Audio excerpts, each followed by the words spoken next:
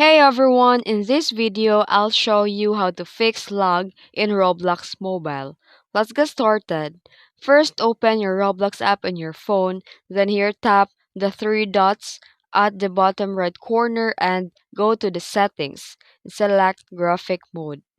Here, set it manual and lower the graphics quality to reduce lag.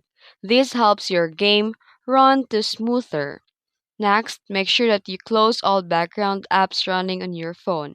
These apps can slow down your performance.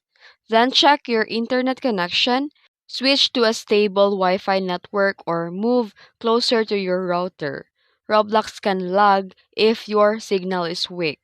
If you're still lagging, clear your Roblox cache. Go to the phone settings and click apps, and here tap the app management and select the Roblox. Then here tap the storage and clear the cache.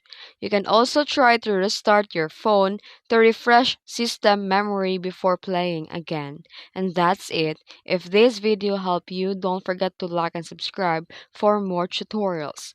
Thanks for watching.